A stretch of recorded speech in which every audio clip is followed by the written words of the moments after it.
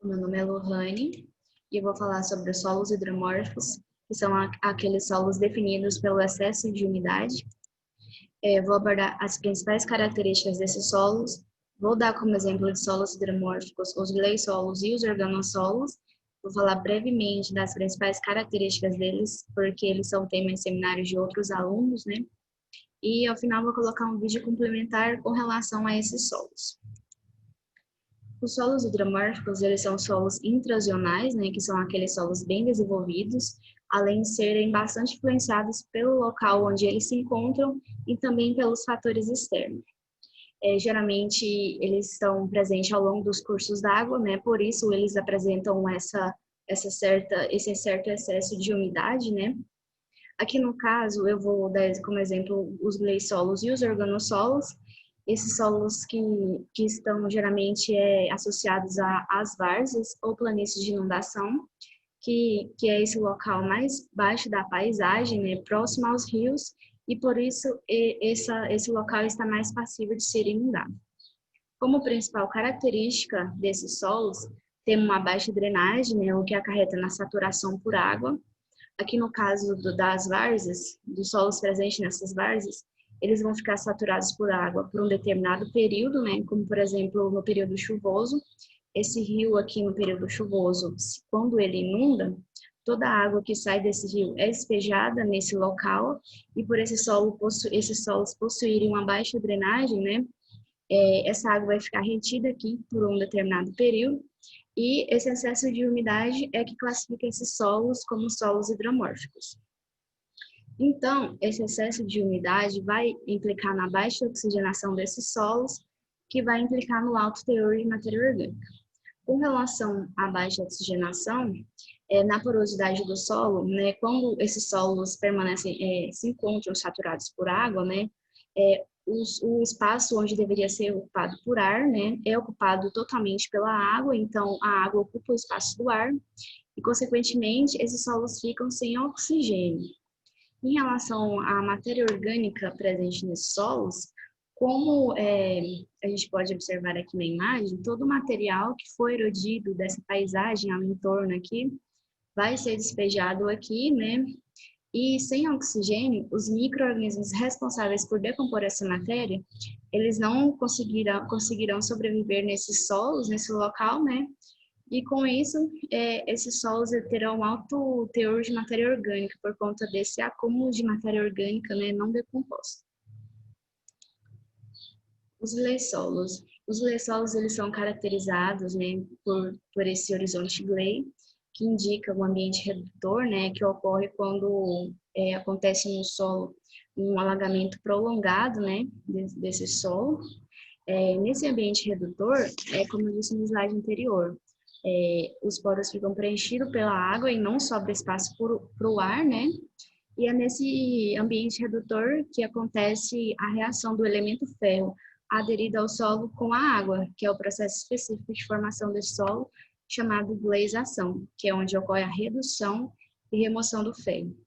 Nesse processo de gleisação, o ferro na forma iônica ferro 3+, que é pouco solúvel em água, ele ganha um elétron da água, passando para a forma iônica ferro 2+, que é solúvel em água, né? Nessa reação, nessa forma iônica, ele se desprende do solo, é liberado na água e assim ele pode ser carregado para outro local. Então, com essa remoção do ferro presente nesse solo, né, os solos ganham essa característica de acinzentadas, né, essas cores acinzentadas aqui. Então, essas são algumas características. E do ponto de vista agronômico, né, relacionando esse solo com a agricultura, a principal limitação que podemos observar é a questão do oxigênio, né, que vai ser limitada, né, nesse período onde há esse excesso de saturação de água, né, por água, né. Então, esse problema, porém, né, esse problema ele pode ser resolvido cultivando plantas que se adequam a esse solo saturado por água e sem oxigênio, que é o caso do arroz, né? O arroz, ele possui uma estrutura vascular especializada chamada aerênquima, né? Essa estrutura, ela capta o oxigênio da atmosfera, leva para as células das raízes e assim permite a essa planta se desenvolver bem nessas condições de excesso de água, né, onde também há essa falta de oxigênio. Os organossolos. Os organossolos, eles são constituídos por material orgânico, né, apresentam um horizonte ístico, que é uma camada espessa de matéria orgânica não decomposta, né, e eles também são solos ácidos, tendo pH de 3,5 a 5. Eles possuem essa coloração escura por conta desse acúmulo de matéria orgânica não decomposta.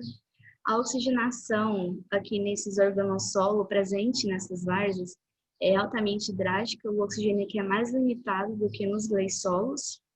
E o processo específico de formação desse solo é a paludização, né, que é esse grande acúmulo de matéria orgânica em ambientes saturados por água e não há oxigênio, né? A paludização é esse processo específico. E essas camadas de matéria orgânica não decompostas que vão se acumulando são chamadas de turfa ou turfeiras. Do ponto de vista agronômico, né, relacionando esse solo também com a agricultura, além dessas características aí, como solos ácidos, alimentação quanto ao oxigênio, né, o cultivo nesses solos é altamente restrito também porque eles se encontram nessas várzeas em áreas de preservação permanente, né, que é nas margens dos rios, que é nas matas ciliares, que é o assunto que veremos no vídeo complementar.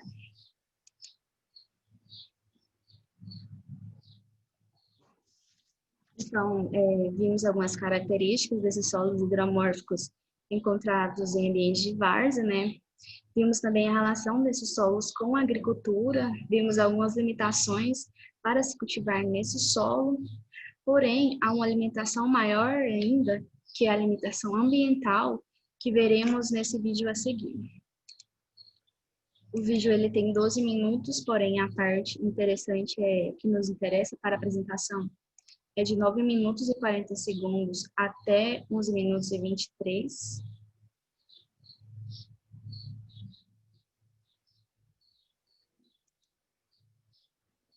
O problema da várzea não está na limitação agronômica propriamente dita. O problema da várzea está na limitação ambiental. As várzeas são muito próximas aos rios. Qualquer contaminação que ocorrer nas várzeas vai contaminar os rios. E nós sabemos que isso não é aceito atualmente. Então, o que seria... O que a gente pode fazer? Quando não atingir as regras ambientais aí de 30 metros de distância da margem para rios até 10 metros, dentre outras regras que são muitas e elas mudam a cada ano, vocês teriam que verificar isso, nós seguimos a regra a partir de 30 metros, a gente pode utilizar a várzea aí com tranquilidade. Mas por que essa várzea ela tem essa limitação? Vamos pensar, o que acontece nos solos aqui? Então, se eu jogar, por exemplo, aqui excesso de adubo, o que vai acontecer? O lençol freático desse lugar, onde ficam as várzeas, ele está muito na superfície. E esse lençol freático na superfície, qualquer coisa que joga ali vai contaminar o lençol freático e vai contaminar os cursos d'água aí para baixo. Então, é por isso que a lei ambiental não permite a agricultura intensiva em várzea. Não é só a limitação quanto ao oxigênio, que poderia ser corrigida pelo plantio de plantas que toleram a falta de oxigênio. Ok? Então é isso. Obrigada.